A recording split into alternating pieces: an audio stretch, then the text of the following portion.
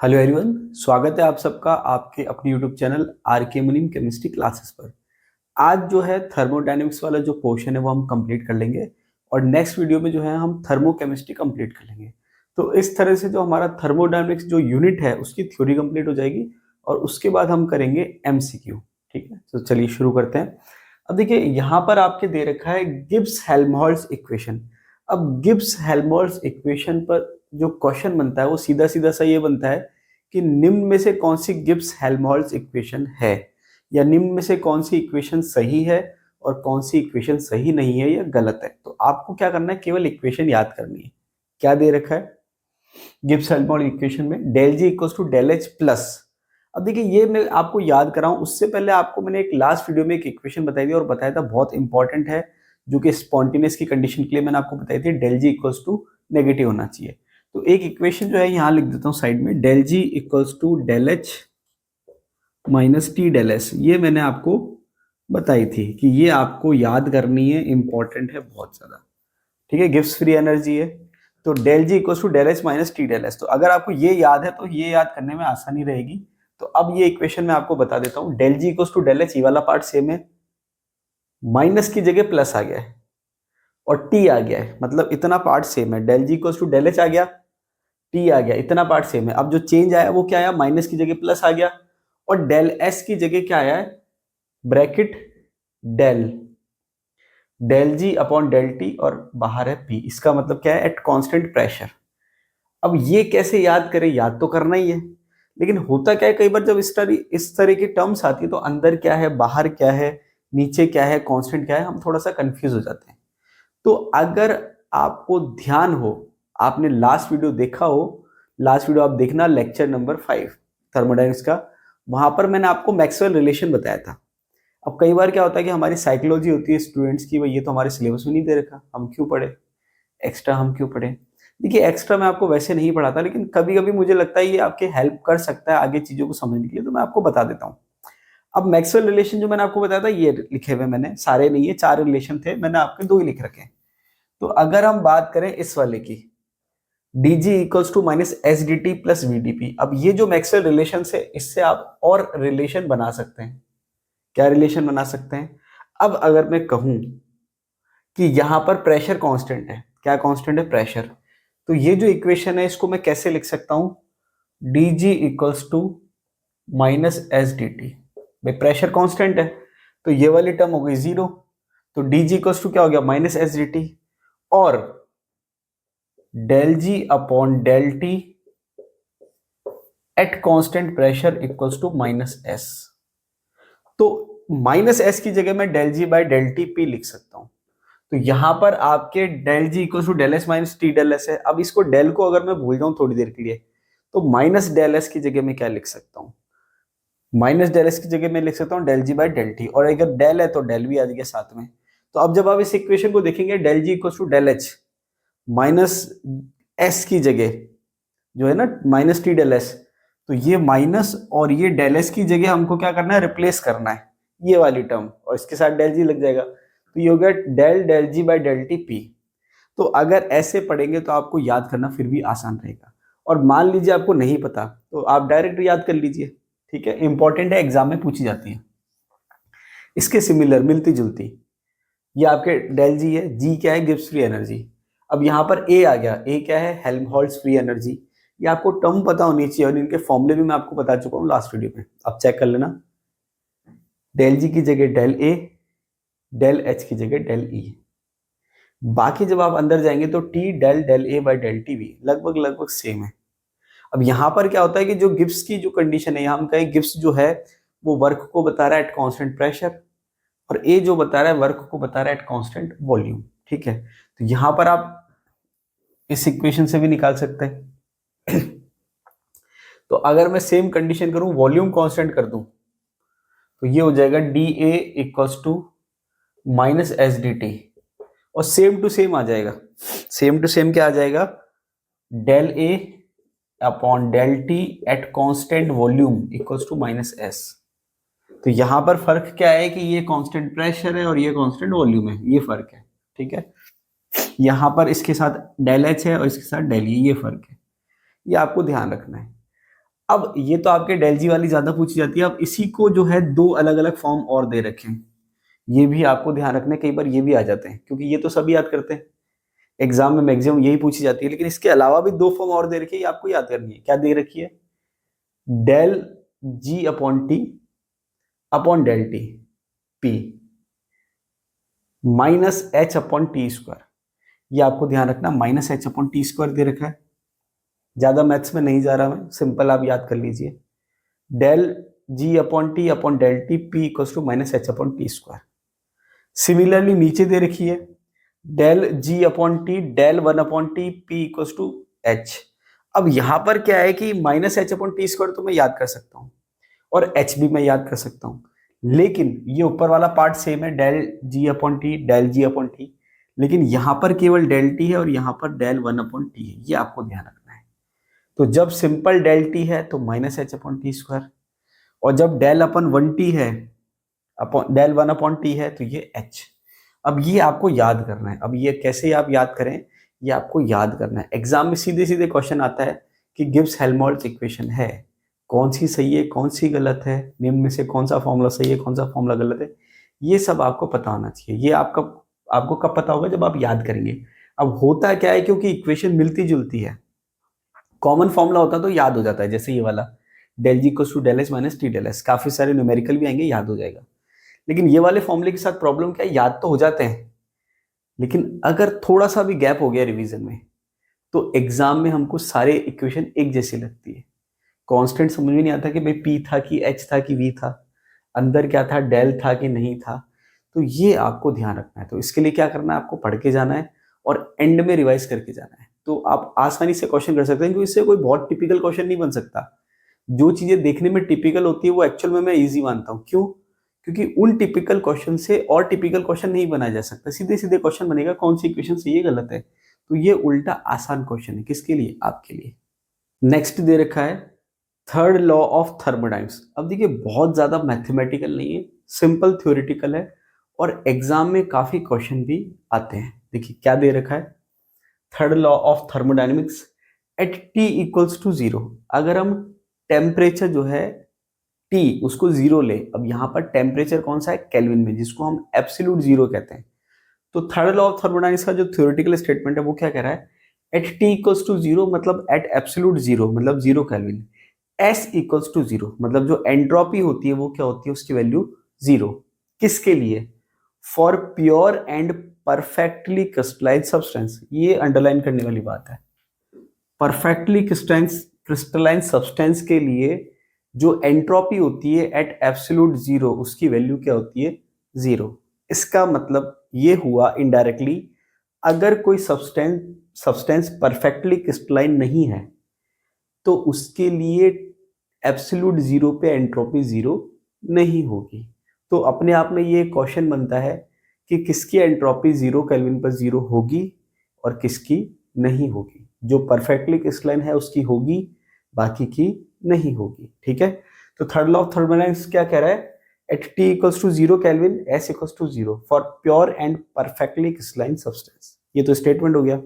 Example दे रखा है sulphur, मतलब सल्फर क्या है, pure and perfectly crystalline substance है जिसकी एंट्रोपी क्या है, जीरो। किस पर, जीरो केल्विन पर। अब यहां पर अगर मैं देखूं at temperature T, S T क्या बता रहा है, फाइनाइट पॉजिटिव वैल्यू। इसका मतलब हमने क्या कहा कि जीरो केल्विन पर जो प्योर और परफेक्टली क्रिस्टलाइन सब्सटेंस है उसकी एंट्रोपी जीरो है, लेकिन जैसे जैसे टेम्परेचर बढ़ेगा उसकी एंट्रोपी जीरो नहीं रहेगी।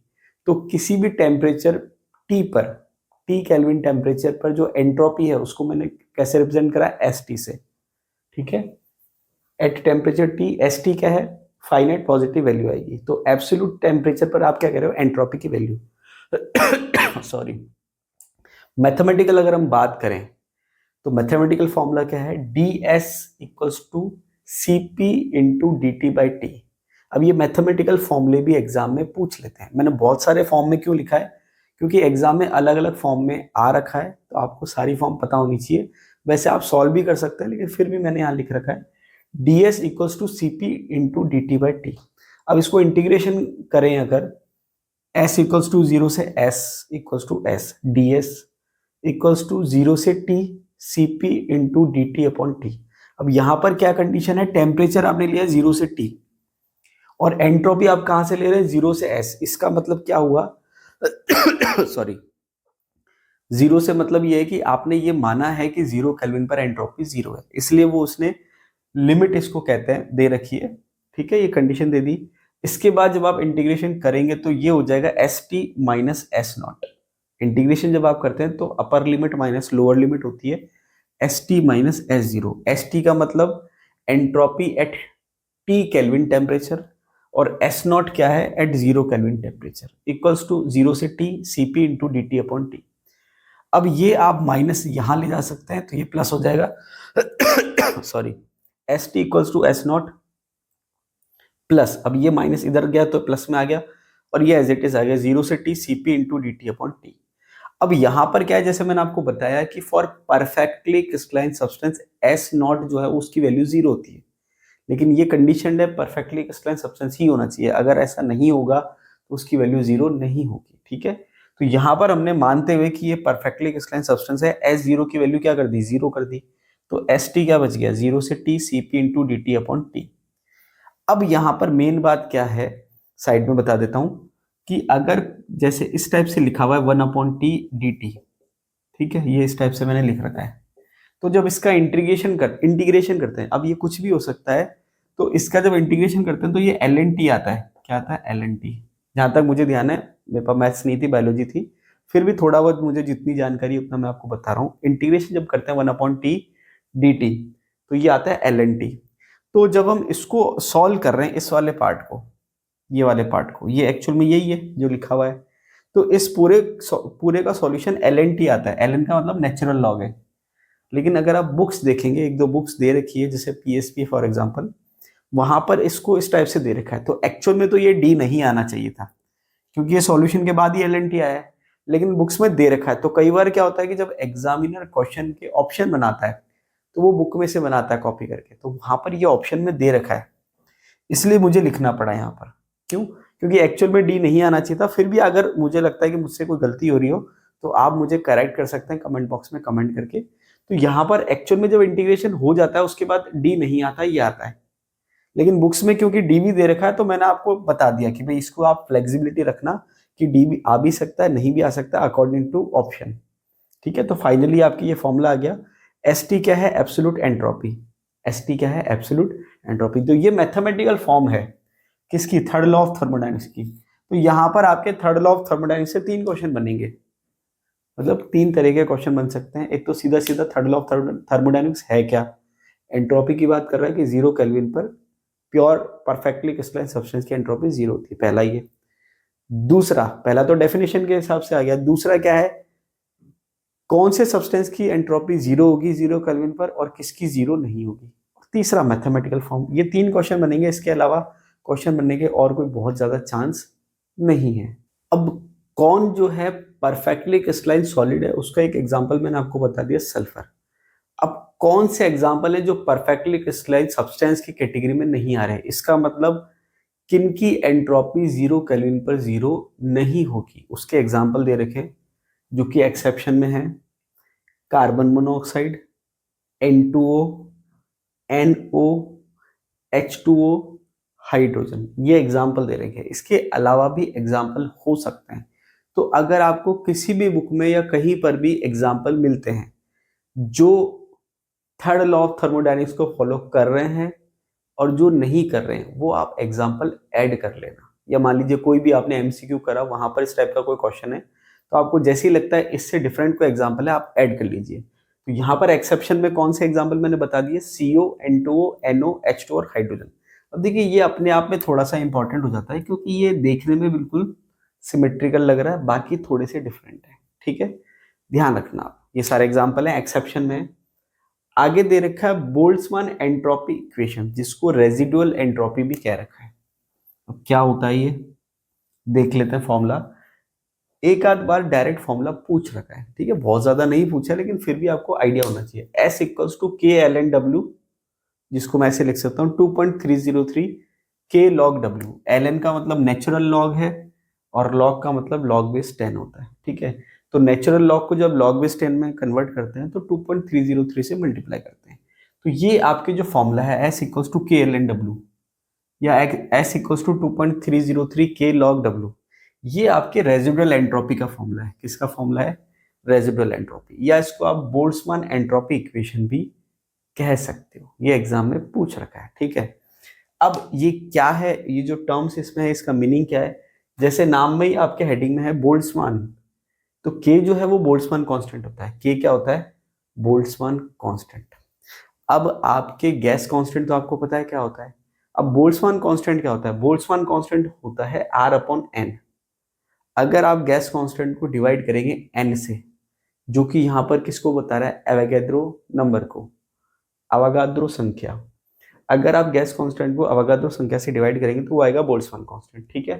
तो के क्या है? Boltzmann constant. अब आपके बच गया डब्ल्यू। डब्ल्यू क्या है? Thermodynamic probability. अब ये थर्मोडायनेमिक प्रोबेबिलिटी होता क्या है? ये जो शब्द लिख दिया थर्मोडायनेमिक प्रोबेबिलिटी, इसको बिल्कुल सिंपल लैंग्वेज में समझें तो एक जो मॉलिक्यूल है वो कितने पैटर्न से अरेंज हो सकता है, या हम उसको कितनी तरीके से अरेंज कर सकते हैं। अरेंजमेंट के जो पैटर्न है या जो टाइप ऑफ अरेंजमेंट है कि मॉलिक्यूल अपने आप को कितनी तरीके से अरेंज कर सकता है, उसका मीनिंग ये होता है। तो थर्मोडायनेमिक प्रोबेबिलिटी का मतलब क्या है कि मॉलिक्यूल अपने आप को कितनी तरीके से अरेंज कर सकता है, ठीक है। अब S equals to K L N W की वैल्यू क्या आ रही है? 0। 0 कब आएगी? For perfectly crystalline substance at T equals to 0 kelvin. अब हमने क्या कहा? थर्ड लॉ क्या कह रहा है कि 0 केल्विन पर एंट्रोपी की वैल्यू क्या आनी चाहिए? 0। किसके लिए? फॉर परफेक्टली क्रिस्टलाइन सब्सटेंस के लिए। तो यहां पर ये कह रहा है कि S इक्वल्स टू क्या आएगा? 0 आएगा। कब? For perfectly crystalline substance at T equals to 0। इसका मतलब क्या हुआ? इसका मतलब ये हुआ कि जब आप टेम्परेचर 0 केल्विन ले रहे हो for perfectly crystalline substance, S की वैल्यू क्या आ रही है? 0। तो S की वैल्यू 0 कब आएगी? जब ये जो टर्म है इसकी वैल्यू 0 हो जाए, क्योंकि K तो 0 हो नहीं सकता। इसकी वैल्यू 0 कह दो, या फिर मैं कह दूं log W क्या हो जाए? 0 हो जाए। और ये 0 कब होगा? जब W की वैल्यू 1 होगी, क्योंकि 1 का जब आप log लेंगे, log बेस 10 की बात कर लेते हैं, तो वो 0 आएगा। इसका मतलब ये हुआ कि जो परफेक्टली क्रिस्टलाइन सब्सटेंस है वो 0 केल्विन पर एक तरीके से ही अरेंजमेंट शो करते हैं, और जो आपके परफेक्टली क्रिस्टलाइन सब्सटेंस नहीं है, जो एक्सेप्शन शो कर रहे हैं, मतलब 0 केल्विन पर भी 0 एंट्रोपी शो नहीं कर रहे, कुछ ना कुछ वैल्यू आ रही है, वो आपके एक से ज्यादा तरह के अरेंजमेंट शो करते हैं। इसका मीनिंग ये निकल रहा है, ठीक है। तो थोड़ा सा ध्यान रखना, थ्योरेटिकल क्वेश्चन बनेगा तो आपको हेल्प मिल जाएगी, ठीक है। अब क्योंकि आप देखिए कई बार क्या आप कह नहीं सकते कि भाई हमको तो, हमारे तो ये सिलेबस में ही नहीं है Boltzmann entropy equation. Third law भी आपके सिलेबस में है, तो आपको इतना पता होना चाहिए कि किसकी एंट्रोपी 0 है, किसकी 0 नहीं है, और क्यों। तो क्यों जो है वो इस W में छुपा हुआ है, कि W की वैल्यू 1 है या 1 से ज्यादा है, ठीक है। थ्योरेटिकल पूछ लेगा तो भी आपको दिक्कत हो जाएगी। चलिए आगे क्या दे रखा है? S equals to K L N W greater than 0। मतलब अब जो एंट्रोपी की वैल्यू वो 0 से ज्यादा है। किस पर? टेम्परेचर T पर, T0 पर, for substance other than perfectly crystalline solid at T equals to 0। तो T इक्वल्स टू 0 पर other than perfectly crystalline solid, S की जो वैल्यू है वो 0 नहीं है, 0 से क्या है?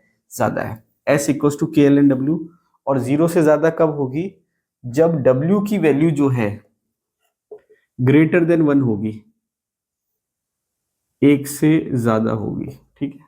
समझ जाना आप, मैंने साइड में लिखा है, हो सकता है आपको दिख नहीं रहा हो। अगर W की वैल्यू 1 है तो ये आ जाएगा, और W की वैल्यू 1 से ज्यादा है, ग्रेटर देन 0 है, सॉरी ग्रेटर देन 1 है, तो आपके 0 से ज्यादा आएगा। अब आगे दे रखा है S equals to K L N W greater than 0 known as residual entropy. तो परफेक्टली क्रिस्टलाइन सब्सटेंस के लिए या परफेक्टली क्रिस्टलाइन सॉलिड के लिए T0 पर एंट्रोपी की वैल्यू 0 आनी चाहिए। लेकिन अगर आपके सब्सटेंस परफेक्टली क्रिस्टलाइन नहीं है और T0 पर एंट्रोपी 0 नहीं आ रही है, कोई ना कोई वैल्यू आ रही है, तो जो वैल्यू आ रही है उस वैल्यू को, एंट्रोपी की वैल्यू को हम क्या कहते हैं? Residual entropy. क्या कहते हैं?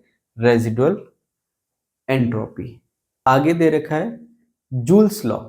अब देखिए जूल्स लॉ क्या है, इससे रिलेटेड मैंने आपको पुराने वीडियो में पहले थोड़ा बताया था, हिंट दिया था, नाम से नहीं दिया था, वैसे प्रॉपर्टी बताई थी। मैंने आपसे कहा था जब मैं आपको इंटरनल एनर्जी पढ़ा रहा था, तो मैंने आपसे कहा था कि जो इंटरनल एनर्जी है वो टेम्परेचर का फंक्शन होती है केवल और केवल।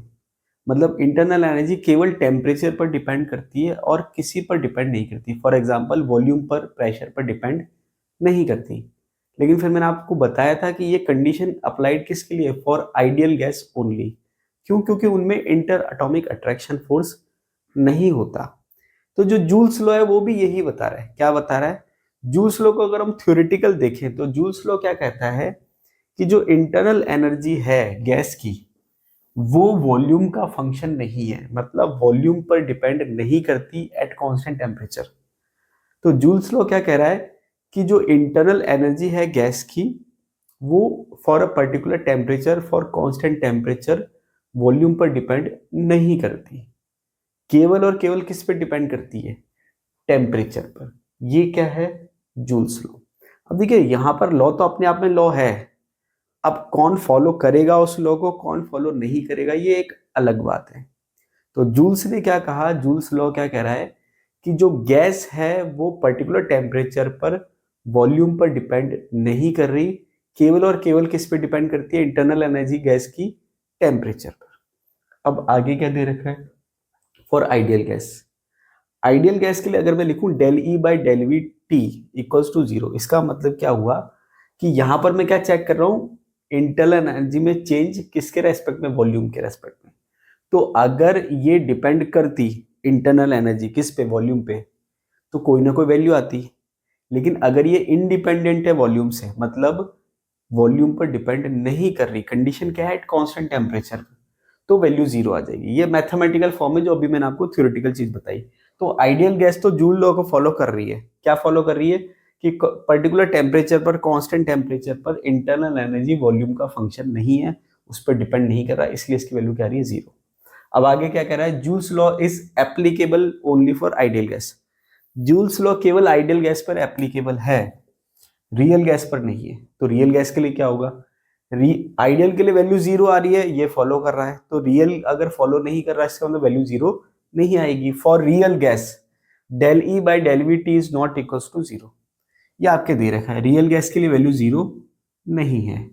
और ये जो टर्म है del E by del V T, इसको इसने कहा है इंटरनल प्रेशर। इसको इसने क्या कहा है? Internal pressure. अब देखिए छोटी छोटी सी चीजें, हो सकता है आपसे एग्जाम में पूछ ले कि इंटरनल प्रेशर क्या होता है, तो वहां पर आपको ये चीज पता होनी चाहिए। इसके बाद है जूल्स कॉफिशिएंट। ये जो आपने पढ़ा अभी तक, ये जूल्स कॉफिशिएंट नहीं है। अब जूल्स कॉफिशिएंट क्या दे रखा? म्यू जे।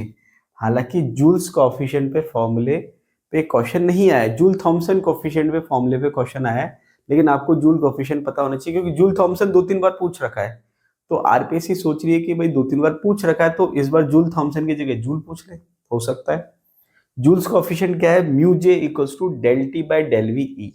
इसको आप ऐसे समझो कि रिवर्स कर दिया, ई की बाहर लिया, टी को अंदर ले गए। तो यहां पर कह रहा है जूल्स कॉफिशिएंट क्या है? Mu J at constant internal energy, temperature और वॉल्यूम का फंक्शन चेक कर रहा है कि अगर इंटरनल एनर्जी कांस्टेंट है तो क्या टेम्परेचर वॉल्यूम पर डिपेंड करेगा या नहीं करेगा। ये म्यूल जूल्स कॉफिशिएंट दे रखा है, mu J equals to del T by del V E. अब ध्यान रखना है इंटरनल प्रेशर अलग है, वो है del E by del V T, और जूल कोफिशिएंट म्यू जे अलग है, del T by del V E. ये ध्यान रखना आपको, क्योंकि होता क्या है कि इस टाइप के जब सिमिलर हम फॉर्मूले पढ़ते हैं तो हम कंफ्यूज हो जाते हैं। तो उसके लिए क्या है, बार बार पढ़िए, अच्छे से याद करिए, और जिस दिन एग्जाम हो उससे एक दिन पहले और सेम डे अगर टाइम मिले तब भी पढ़ के जाइए ताकि कंफ्यूजन ना हो। ठीक है, आगे दे रखा है फॉर आइडियल गैस। बात वही आ गई कि अगर हम आइडियल गैस की बात करें तो उसके लिए तो जूल कोफिशिएंट की वैल्यू जीरो है, लेकिन रियल गैस के लिए जूल कोफिशिएंट की वैल्यू जीरो नहीं है। तो एग्जाम में जूल थॉमसन के लिए पूछ रखा है कि भाई आइडियल के लिए कितनी होगी जूल थॉमसन कोफिशिएंट की वैल्यू, और रियल के लिए कितनी होगी। जूल कोफिशिएंट नहीं पूछा अभी तक। अब क्योंकि जूल्स लॉ आपके जूल थॉमसन पे आ रखा है तो जूल्स पे भी क्वेश्चन आ सकता है। तो आपको दो तीन चीजें ध्यान रखनी है कि जूल्स लॉ क्या होता है, फिर कौन फॉलो कर रहा है, कौन फॉलो नहीं करना कर रहा, इंटरनल प्रेशर क्या होता है और जूल कोफिशिएंट क्या होता है, आइडियल के लिए वैल्यू क्या होती है और रियल के लिए वैल्यू क्या होती है। जूल थॉमसन कोफिशिएंट, जैसा कि मैंने आपको बताया कि आरपीसी स्कूल लेक्चर के एग्जाम में जूल थॉमसन कोफिशिएंट पर क्वेश्चन पूछे जा चुके हैं। एक नहीं, ज्यादा बार क्वेश्चन पूछे जा चुके हैं। जूल लॉ पर नहीं पूछा अभी तक तो उस पर पूछ सकते हैं, और जूल थॉमसन कोफिशिएंट पे पहले ही पूछ रखे हैं तो और भी क्वेश्चन पूछे जा सकते हैं। क्या दे रखा है जूल थॉमसन कोफिशिएंट की, अगर हम बात करें तो इसको हम बताते हैं म्यू जेटी से। किससे बताते हैं? Mu JT. और इसका जो फॉर्मूला है वो है del T upon del P H. अब सबसे बड़ी प्रॉब्लम यहां पर ये आती है कि जो एक्चुअल फॉर्मूला है वो, क्योंकि टी पी एच ऊपर नीचे बाहर कांस्टेंट क्या है, कंफ्यूजिंग होता है। तो यहां पर जैसे मान लीजिए आपने याद भी कर लिया तो कई बार क्या होता है, कंफ्यूजन क्रिएट हो जाता है। तो उसके लिए बेस्ट ये है कि लास्ट में पढ़ के जाए जरूर। ठीक है, फिर भी आप अच्छे से याद करिए। अगर आपने ढंग से याद नहीं करा और एंड में पढ़ के गए तो उल्टा और कंफ्यूजिंग हो जाएगा। तो del T upon del P H जो है वो क्या है, जूल थॉमसन कोफिशिएंट है। अब देखिए जूल कोफिशिएंट और जूल थॉमसन कोफिशिएंट को जब आप कंपेयर करेंगे तो आप ये देखेंगे कि वहां पर प्रेशर की जगह वॉल्यूम था और इंटरनल एनर्जी था। यहां पर वॉल्यूम की जगह प्रेशर आ गया, वहां पर वॉल्यूम था यहाँ प्रेशर आ गया, वहां पर इंटरनल एनर्जी था या एंथैल्पी आ गया। ये डिफरेंस है बेसिकली। ठीक है, इसके बाद इक्वल टू में हम क्या लिख सकते हैं इसको, दूसरा फॉर्मूला। तो क्योंकि इसमें वैरायटी ऑफ फॉर्मूला ज्यादा है, ये वाला भी फॉर्मूला है और ये वाला भी फॉर्मूला है, तो ज्यादा क्वेश्चन बन सकते हैं। इक्वल टू क्या है, ब्रैकेट में -1 upon C P del H upon del P T. H ऊपर चला गया, टी नीचे आ गया। तो दो तरीके से लिख सकते हैं, दोनों फॉर्मूले आपको याद होने चाहिए। इंपॉर्टेंट है, एग्जाम में क्वेश्चन पूछे जा चुके हैं और क्वेश्चन भी पूछे जा सकते हैं। ठीक है, तो क्योंकि यहाँ वैरायटी है ऑप्शन देने की या क्वेश्चन पूछने की, इसलिए इस पे ज्यादा क्वेश्चन पूछेंगे। अब मान लीजिए ये वाला फॉर्मूला बार बार आ रहा है तो ये वाला पूछ सकते हैं, ये वाला पूछा है तो ये वाला पूछ सकते हैं, आपको सारे आने चाहिए। फॉर आइडियल गैस, ये डायरेक्टली पूछ रखा है एग्जाम में, ये आप क्वेश्चन देखेंगे आरपीसी के प्रीवियस ईयर के आपको मिल जाएगा। क्वेश्चन सीधा सीधा ये है कि आइडियल गैस के लिए ब्यूजेटी की वैल्यू क्या होगी, 0। अब ये फॉर्मूला पूछते तो फिर भी टिपिकल होता, क्यों? क्योंकि फॉर्मूला याद करने में थोड़ा दिमाग लगता, कंफ्यूजन होता। अब ये तो हमको याद हो गया, सिंपल सा, एक बार पढ़ा। म्यूजेटी की वैल्यू आइडियल गैस के लिए क्या होती है, 0। म्यूजे की वैल्यू आइडियल के लिए क्या होती है, 0। रियल के लिए 0 नहीं होती। ये तो सिंपल है, हमको याद हो गया। लेकिन ये याद नहीं होता, तो ये क्वेश्चन पूछे तो ज्यादा टिपिकल है। ये आरपीसी ने पूछ रखा है। ठीक है, आई थिंक रिपीट भी हुआ है, अभी 2022 में भी रिपीट हुआ है, पहले भी 2013 या 15 वाले में पूछ रखा है, 15 वाली वैकेंसी में पूछ रखा है। आप देख लेना पेपर, उसमें मिल जाएगा आपको। फॉर रियल गैस, अब आइडियल के लिए म्यूजेटी की वैल्यू 0 होती है, रियल के लिए 0 नहीं होती। अब रियल के लिए 0 नहीं होती तो क्या होती है? अब आप देखो कि ये फॉर्मूले भी हो गए। ठीक है, इसमें एक फॉर्मूला ये हो गया, एक फॉर्मूला ये हो गया। आइडियल के लिए वैल्यू 0 होती है और रियल के लिए क्या होती है, उसके लिए एक अलग से फॉर्मूला हो गया। तो आप देखेंगे नंबर ऑफ फॉर्मूलाज दे रखे हैं। Mu JT equals to 1 upon C P bracket में 2a upon R T minus B.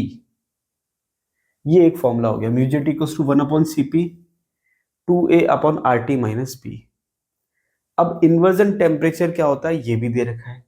हालांकि इतना डिटेल में क्वेश्चन अभी तो नहीं आया, लेकिन पहले जब पुराने टाइम में आरएएस के एग्जाम होते थे और पुराने टाइम में या फिर पुराने टाइम में सेट होते थे, तब ये इन्वर्जन टेम्परेचर से रिलेटेड कंसेप्ट पे भी क्वेश्चन आरपीएससी ने पूछ रखे।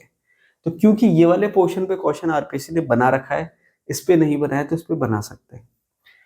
For real gas mu JT equals to 1 upon CP 2a upon RT minus b. Inversion temperature क्या होता है? देखिए यहाँ पर बहुत ज्यादा थ्योरेटिकल पार्ट मैंने नहीं लिया है, अननेसेसरी।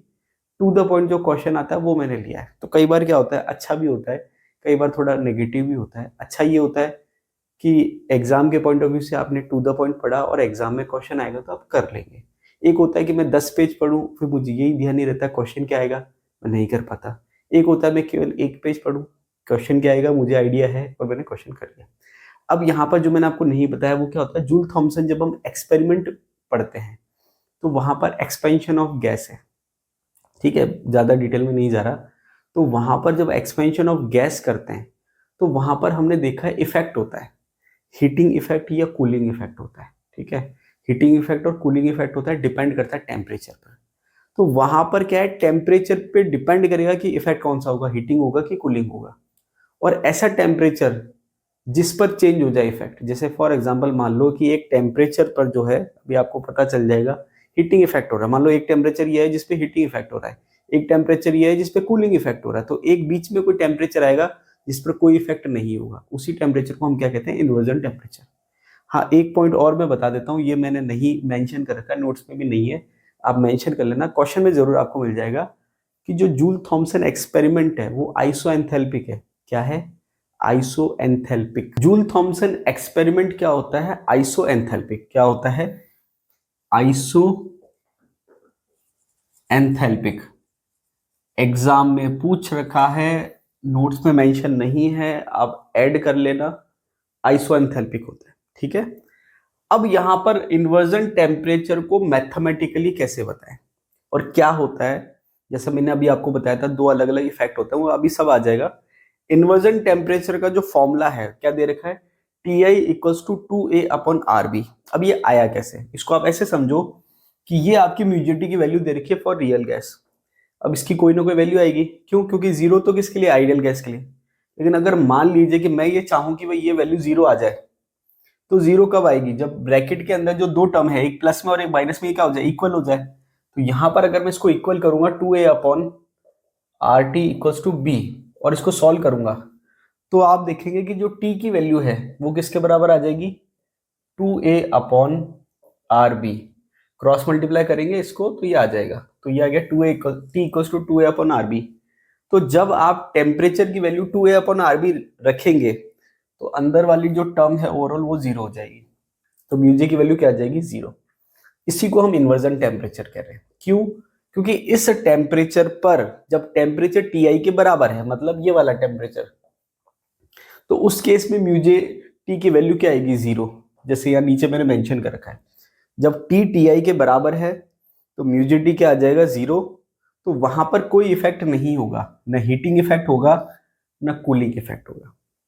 उसके बाद अगर टेम्परेचर Ti से कम है, इसका मतलब टी की वैल्यू अगर कम है, तो ओवरऑल टर्म जब नीचे की कम होती है तो ऊपर वाली बढ़ जाती है, मतलब पॉजिटिव टर्म बड़ी है, नेगेटिव टर्म छोटी है, तो म्यूजिटी की वैल्यू पॉजिटिव आएगी। पॉजिटिव अगर म्यूजिटी की वैल्यू आ रही तो कूलिंग इफेक्ट हो रहा है। और अगर टी की वैल्यू Ti से ज्यादा है तो ओवरऑल जो टर्म है, टी की वैल्यू ज्यादा होगी तो ये टर्म छोटी हो जाएगी, मतलब नेगेटिव आएगा। म्यूजिटी नेगेटिव आएगा मतलब हीटिंग इफेक्ट होगा। ये चीज आपको याद करनी है। ठीक है, टेम्परेचर कम है तो कूलिंग इफेक्ट, टेम्परेचर ज्यादा है तो हीटिंग इफेक्ट। कूलिंग इफेक्ट में म्यूजिटी पॉजिटिव है, हीटिंग इफेक्ट में म्यूजिटी नेगेटिव है। तो अब यहां पर मैंने क्या कहा कि टेम्परेचर अगर Ti के बराबर है तो कोई इफेक्ट नहीं है, टेम्परेचर Ti से कम है तो कूलिंग इफेक्ट, टेम्परेचर Ti से ज्यादा है तो हीटिंग इफेक्ट। मतलब आप इसको ऐसे समझो कि टेम्परेचर ये Ti है, टेम्परेचर जब Ti से कम था तो कूलिंग इफेक्ट था, टेम्परेचर जब Ti से ज्यादा आ गया तो हीटिंग इफेक्ट हो गया। मतलब Ti पर क्या हो गया, इफेक्ट चेंज हो गया, इसलिए इसको इन्वर्जन टेम्परेचर कह रहे हैं। ठीक है, तो ये आपके रिलेशन हो गया, ये सारी चीज हो गई। इस पे हालांकि लेटेस्ट या करंट में बहुत ज्यादा क्वेश्चन नहीं पूछे, इन पे ज्यादा पूछ रखे। हाँ, एक चीज मैं बताना भूल गया, इक्वल टू करके 2b भी लिखा हुआ है। ये जो है ना, Ti equal to 2A/RB, equal to करके 2b भी लिखा हुआ है, 2Tb लिखा हुआ है। अब ये Tb जो है वो किसके बराबर है, A/RB। एक्चुअल में ये बॉइल टेम्परेचर है। क्या है, बॉइल टेम्परेचर। ये आपके जब गैस वाला चैप्टर आप पढ़ते हो वहां पर आता है। बॉइल टेम्परेचर का मतलब ऐसा टेम्परेचर जिस पर जो रियल गैस है वो आइडियल की तरह बिहेव कर रही है। बहुत ज्यादा इंपॉर्टेंट नहीं है, लेकिन नॉलेज के लिए आपको पता होना चाहिए कि बॉइल टेम्परेचर का फॉर्मूला क्या होता है, A/RB। तो Ti क्या है, twice of boil temperature, 2A/RB। तो ये आपके हो गया जूल थॉमसन कोफिशिएंट। लास्ट में एक रिलेशन दे रखा है, relation between Gibbs free energy and equilibrium constant. Gibbs free energy और इक्विलिब्रियम कांस्टेंट का जो रिलेशन है उस पर काफी सारे क्वेश्चन आते हैं, और ये फॉर्मूला कहीं ना कहीं रैंडमली काम आ जाता है, चाहे वो इलेक्ट्रोकेमिस्ट्री हो, चाहे इक्विलिब्रियम वाला चैप्टर हो, चाहे कुछ भी हो। तो यहाँ पर बहुत सिंपल फॉर्मूला है, आपको करना क्या है, गिब्स फ्री एनर्जी में चेंज और इक्विलिब्रियम कांस्टेंट, इसमें आपको रिलेशन निकालना है। फॉर्मूला क्या दे रखा है, minus del G not equals to RT ln K। Minus del G not equals to R T L N K. L N क्या है, नेचुरल लॉग है, तो ये हो जाएगा 2.303 आर टी लॉग के। तो बहुत सिंपल फॉर्मूला है। अब हो सकता है कि माइनस की आपकी इच्छा यहां ना लगाने की हो, तो आप del G not equals to minus R T L N K ऐसे भी लिख सकते हो, कैसे भी आप लिख सकते हो, डिपेंड करता है एग्जाम में कैसे दे रखा है। Minus del G not equals to R T L N K, del G not equals to minus R T L N K. तो अभी के लिए इतना ही। अब देखिए आपके केवल बच रहा है आपके थर्मोकेमिस्ट्री वाला पार्ट, जो नेक्स्ट वीडियो में हम कंप्लीट कर लेंगे। तो आपके थर्मोडाइनमिक्स की जो थ्योरी है वो कंप्लीट हो जाएगी। उसके बाद हम करेंगे आरपीएससी के प्रीवियस ईयर के क्वेश्चंस। तो अभी के लिए इतना ही, मिलते हैं अगली वीडियो में, तब तक के लिए धन्यवाद।